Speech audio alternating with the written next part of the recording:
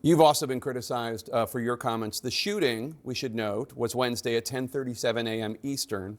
Just over 2 hours later, the Department of Homeland Security put out a statement definitively asserting what had happened, defending the ICE agent, accusing Renee Good of domestic terrorism. That's a characterization that you reiterated in a press conference half an hour later. Now, Republican Senator Thom Tillis said, quote, "It was very unusual to have a senior law enforcement official to draw a conclusion about an event where the scene was still being processed.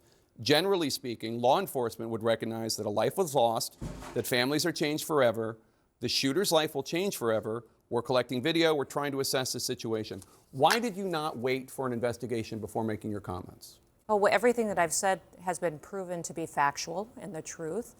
This administration wants to operate in transparency. I have the responsibility as the Secretary of Homeland Security to know this information as soon as possible. Had just been in Minneapolis the day before, had already had conversations with officers on the ground and supervisors, and knew the facts, and decided that the department and the people of this country deserve to know the truth of the situation of what had unfolded in Minneapolis. But with all due respect, Secretary, the first thing you said was, quote, "What happened was our ICE officers were out in an enforcement action. They got stuck in the snow." Correct. Because of the adverse weather that is in Minneapolis. They were attempting to push out their vehicle, and a woman attacked them and those surrounding them and attempted to run them over and rammed them with her vehicle.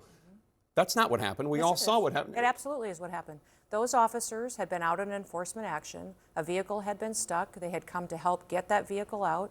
That's when this individual started blocking traffic for minutes and minutes. You said that the woman attacked them and surrounded them and attempted to run them over and ram them with her vehicle. Blocked the road for a long time and was yelling at them and impeding a federal law enforcement investigation. And that's what you need to focus on, Jake, is they were breaking the law by impeding and obstructing a law enforcement operation. They were breaking the law already, and these officers were doing their due diligence and what their training had prepared them to do to make sure they were handling it appropriately. You said within hours of her being killed, you said that she was a domestic terrorist. How do you define domestic terrorist? She weaponized her vehicle to conduct an act of violence against a law enforcement officer and the public. As they are doing that, how can you assert with certainty that she was trying to hurt the officer as opposed to she was trying to flee the scene?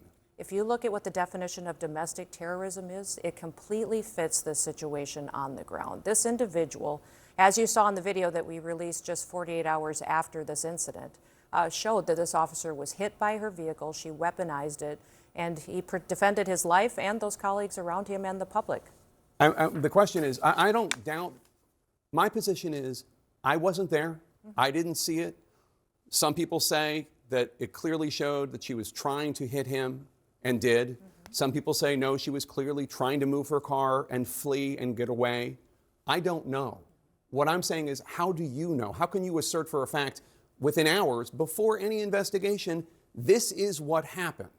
The facts of the situation are that the vehicle was weaponized and it attacked the law enforcement officer. He defended himself and he defended those individuals around him. That is the definition. When there is something that is weaponized to use against the public and law enforcement, that is an act of domestic terrorism. It happened in our shores. It happened here in our country. You don't get to change the facts just because you don't like them. We will continue to look at this individual and what her motivations were. We know that there was, throughout that morning, she had harassed and impeded law enforcement operations. That raises the suspicion level with all of these law enforcement officers as far as paying attention to what her capacity is. And as you see on the videos, and they've proven out, that this law enforcement officer took the action that his training prepared him for, and he worked to make sure that he could save his own life and those around him. How can you assert that there's no ambiguity in this before any investigation has taken place? I had just been in Minneapolis and had been with those officers, had seen what they were facing on the streets every day, and had talked to their supervisors as soon as the incident happened and had gotten the facts and seen videos before I ever went to talk at that press conference. And the Trump administration and President Trump is the most transparent and open government that we've ever had. Give the public the information, give them what they need to know about a situation so they can have the truth as soon as possible. So if this agents were perfectly fine, if everything he did was accurate, does that mean that other ICE agents should look at what... He wasn't perfectly fine. He was injured. He went to the hospital. No, his actions were fine. I didn't say... In fact, I think a lot of people and guests, and even you yourself, called this situation something very different and untruthful about what it was as far as What did this I say that was individual- untruthful? That this was not a correct definition of what was happening on the ground. That this I said that your description, they were attempting to push out their vehicle and a woman attacked them and those surrounding them and attempted to run them over and ram them with her vehicle is not what we see on the videotape, and it's not. It absolutely is the facts of what happened on the ground that day. No, They it's- were there pushing out a vehicle earlier. They had helped each But other that's not do what you that. said. That's not what you said. Yes, they it were is. pushing It's out a absolutely vehicle. what I said. There's not one We thing all that- seen the video. I don't need to relitigate it. We've all seen the video. She is blocking the street. They approach her. You haven't seen the video of the entire morning and the previous encounters with this individual. Oh, we have Yes. aired it. Yes, we have. On Thursday, we were airing and noting the fact that she was there for several minutes, for minutes and minutes and minutes. She was protesting without And question. at previous locations that morning, that these vehicles had been previously down the block on video that you haven't seen. There's more information But the that question- this the question individual is was not- impeding law enforcement operations throughout the previous moments and hours before this incident The question is, what was she doing when she was moving her car? The question That's is, the question. is why are we arguing with a president who's working to keep people safe? Why are we arguing with law enforcement operations that have gone on in this country for years, and we're working to collect murderers and rapists and drug traffickers and fraudsters off the streets of Minnesota, and we don't have local law enforcement and local elected officials that are partnering with us to help do that work? Overwhelmingly, the people in this country said they wanted America to be safe again, that they didn't want dangerous criminals on our streets. I would encourage the elected leaders in that city and in that state to work with us so that we can do our operations without the kind of opposition and people that are conducting and perpetuating the kind of violent rhetoric that we're seeing today. DHS policy authorizes use of deadly force only, quote, when no reasonably effective, safe, and feasible alternatives appears to exist. Could he not have just gotten out of the way? That this individual and this officer is a highly experienced law enforcement officer. He has years of training and specialized training for these types of situations. We're grateful that he's alive. It's a tragic situation, and we're going to continue to work on the investigation into the individual and find out what the motivations were behind her actions that day. We're grateful that, that he's alive, too. I want to play this moment from the officer's cell phone video. Get out of the car. Whoa! Fucking bitch. Is that Agent Ross's voice calling Renee Good a fucking bitch? I can't determine which one it is, but it could be, sir.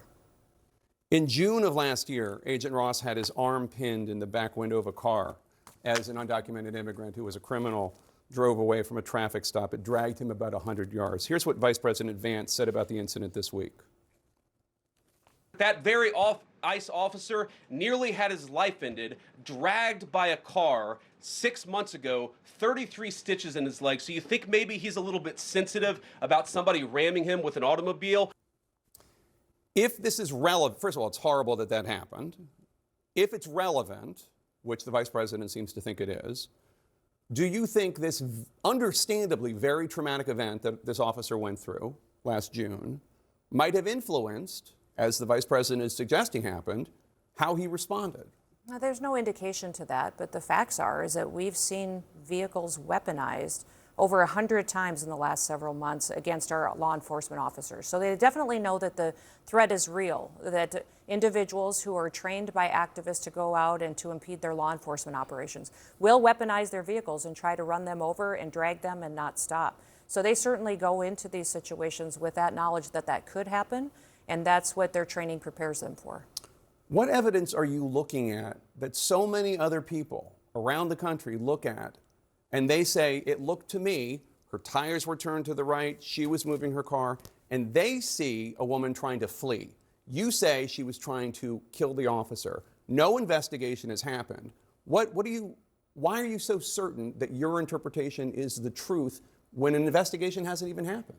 Jake, I'm watching the videos. Other I'm people are talking to watching the officers. videos I'm getting and the coming to a facts. different conclusion. Everything that we've stated as the Department of Homeland Security and this administration has been factual, and I wish we would talk factually about what we see every day from these protesters, what they do, what they say, how they chant over and over, kill ICE, attack law enforcement, how they're trained to perpetuate violence against them and to stop the work that they do every day. Each of these law enforcement officers takes an oath to protect this country and uphold the law. They go out every day and enforce the laws of this country to keep people safe.